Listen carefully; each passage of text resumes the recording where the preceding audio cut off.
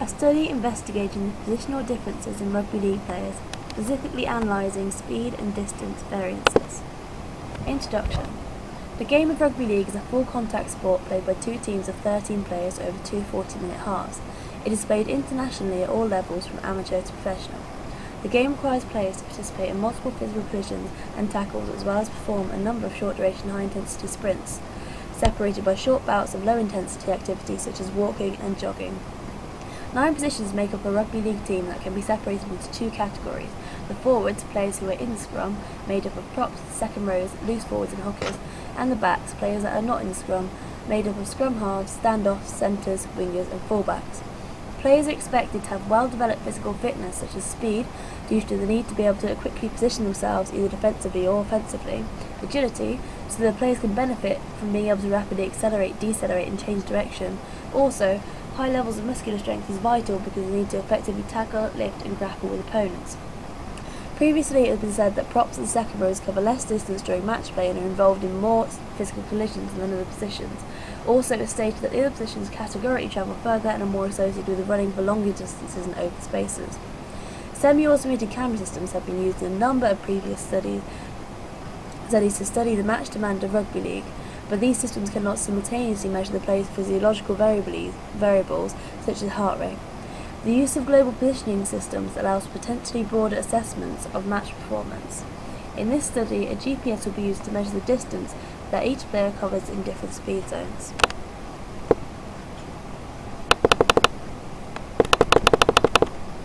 The aims of this study were to investigate the total distances covered by players in a rugby league game and discuss whether there is a difference between the results of the positional groups, backs and forwards, to investigate which speed zones the different positional groups favour in a rugby match.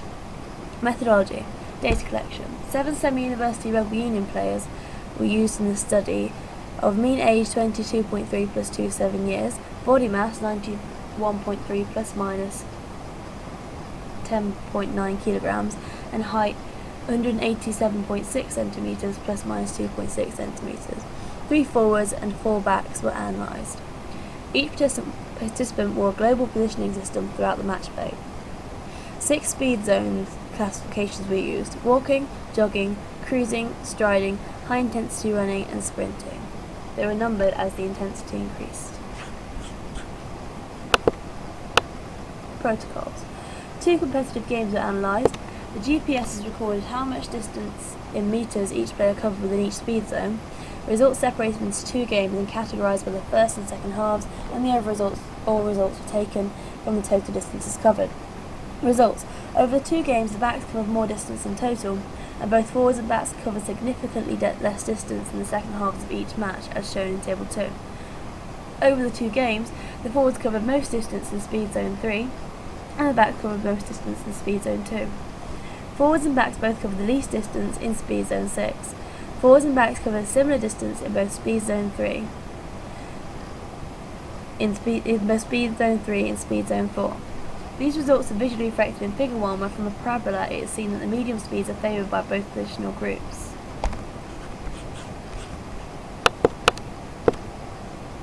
Conclusion.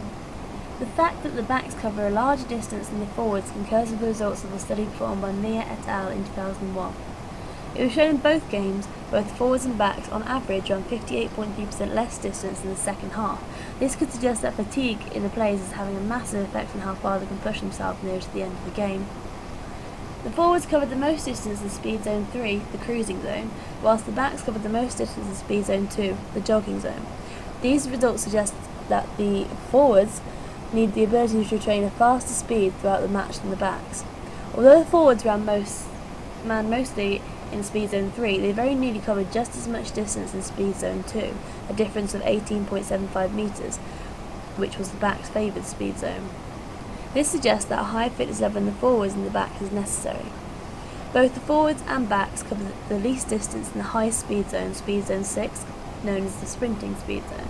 But looking at competitive gameplay, this could be the times when the player finds a break in the opposition's line and attempts to speed forward to gain a try and therefore more points.